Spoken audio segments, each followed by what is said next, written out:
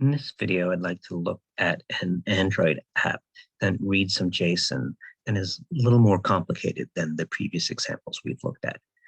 The URL for the example code can be found at the address seen.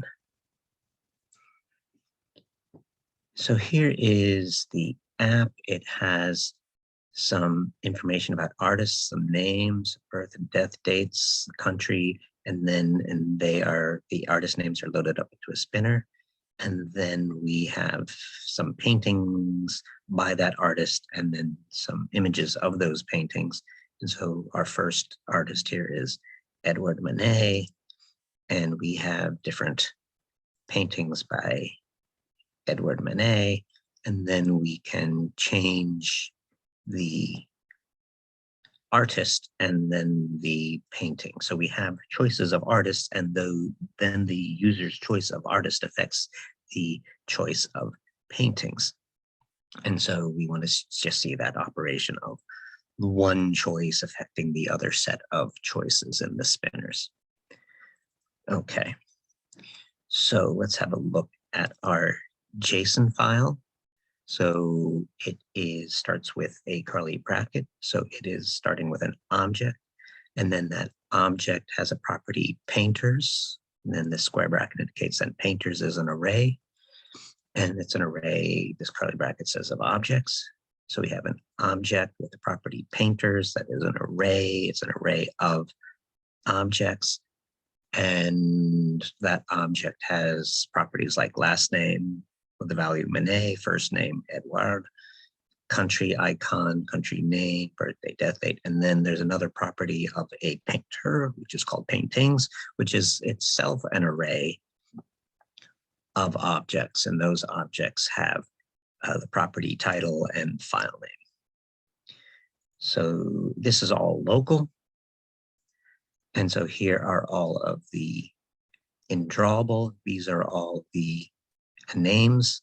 And now we see here that I had set this file up for some other purpose.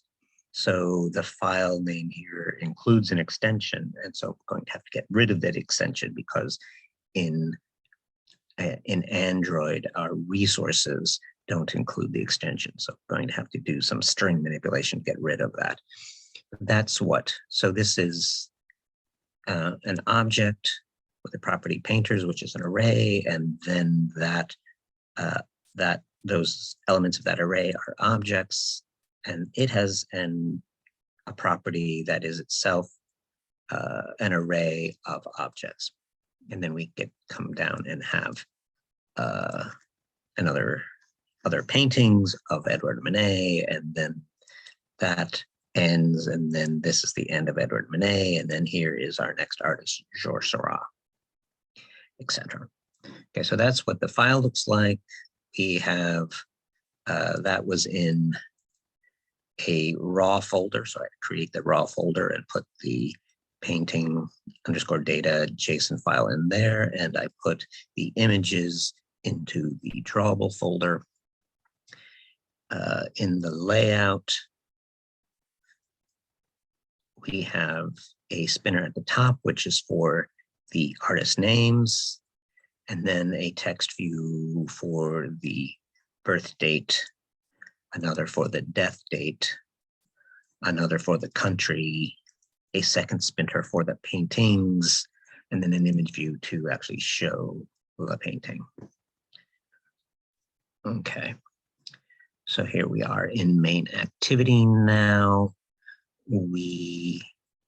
I'm going to keep track of the user's choice of painter and painting. And so I have variables for that. So I started off with the 0th painter and the 0th painting. So the first painting of the first painter.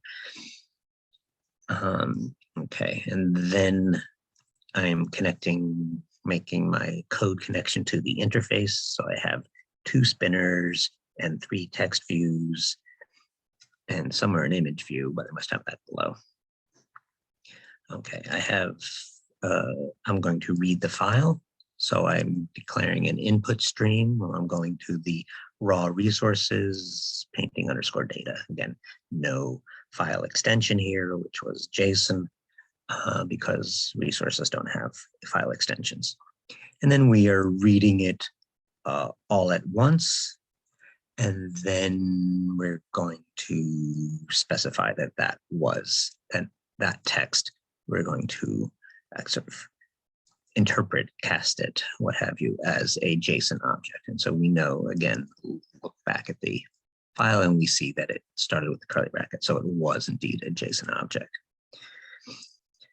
Okay, now we're going to extract the array. This is the array of painters from that.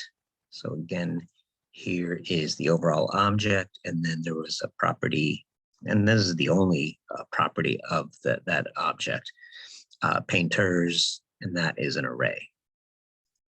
So here we are taking the overall object and getting from it the array that was called, the name of the property was painters, and now I have a JSON array with all my painter information. And so I'm looping through. I want to put, I want to work with a spinner. I want a sort of simple string array of first name and last name to work with the spinner. And so I'm going to create a simpler array, a sort of a parallel array of just simple strings of artists' first and last name. So I'm looping through the JSON array. I'm grabbing the ith object here, get JSON object I. I'm grabbing the first name and last name, and I'm concatenating them together. For some reason, I have a period there. That doesn't quite make sense, but take it out. Okay, so now we have the array of artist names. And so I set up an array adapter and then use the array adapter to populate the spinner. And so now I can make the event handler for the spinner event. So on item selected listener, that I'm setting up the listener for the spinner event. And I tend to work with the view, which is what the user chose, which will be the name of the artist, and the I, which is the index. Then I'll work with the JSON array with that index. Okay. Now I want to remember the index. So I took my I and called it the painter index, which was, I had a variable for that. Okay. And I'm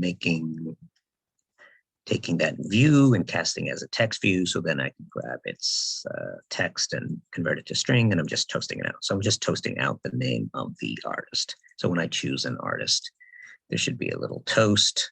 Henri Rousseau, you chose Henri Rousseau. So that was here in this toast. We got from the method the index I. I could also be using painter index here, but so I was the painter index, and I'm getting the birth date, death date, and country name, and displaying them in text views. I am getting now the paintings, the painting property, and I am making an array of just painting titles. So looping through, as I did sort of with the artist, I'm looping now through the paintings and grabbing the title of the paintings, making a little array. And before I populate the spinner, I set the adapter to null. So unlike the painters, the painter spinner will be loaded sort of once and only once, sort of on create, whereas the painting spinner is going to be loaded and reloaded every time we change the artist. We're in the spinner event, that we're in the painter spinner event, and we're loading it with paintings. But before that, we have to empty it of any previous painter's paintings. So when I switch, so right now I'm on Henri Rousseau, And I'm going to go to Whistler. First thing I have to do is get rid of Rousseau's paintings before I load in Whistler's paintings. So that's what this line does, clears out all the old paintings of the old artist. And now I am setting up the array adapter for the new painting titles and using that to populate the painting spinner. And so now I'm ready for the painting event. And so spin SP painting, spinner painting on item selected. So I'm setting up that event. And whenever I have a spinner event, I have two methods. I have the on item selected and on nothing selected. So here is the painting, nothing selected on the painting. Here's the on item selected for the painting. And I'm getting, now I have, when I set up this method, it gives me this this index, and I'm getting, this time it's the painting index I. So I could work with I and J. I just wanted to work with something more verbose and sort of obvious what I was dealing with. So I renamed it as the painting index. And so now I want to get, when the artist chooses, when the user chooses a painting, I want to display that image. So I need to go to, I want to get the painting file name. I'm going to the JSON array. I'm getting the object with the index of the painter.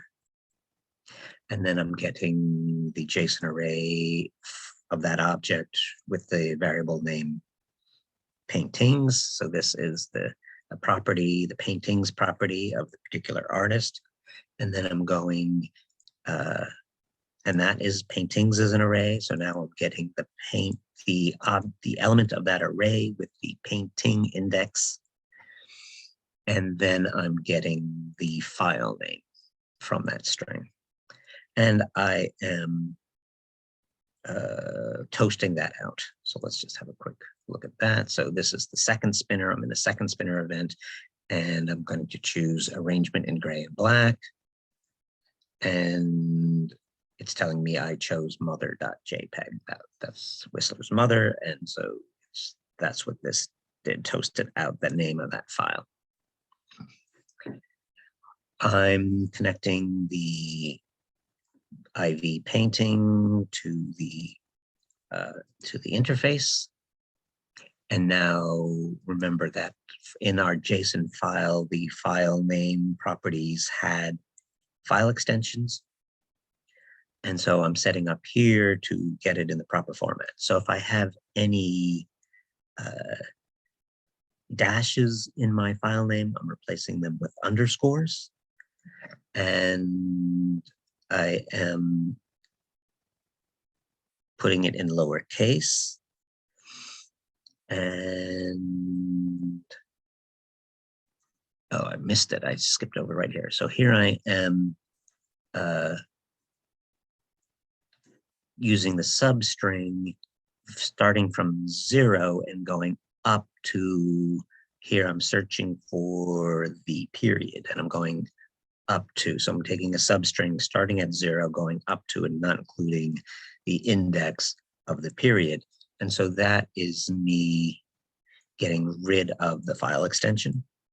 And then I am replacing any dashes with underscores, and I'm putting it all in lowercase. So I'm preparing it to have the proper resource name. So all these had to be small letters, underscores instead of spaces or any such things, or dashes. And so small letters, starting with letters, no spaces, no file extensions. Then I am using that resource name, looking within drawable, finding out its ID, and then using that ID to set the image. Here, this is my nothing for painting. And this, because I must have the nothing if I don't do anything. And then here's my sort of nothing for the painter. and I'm done. So that's what I wanted to show you in this case. Thanks for your attention.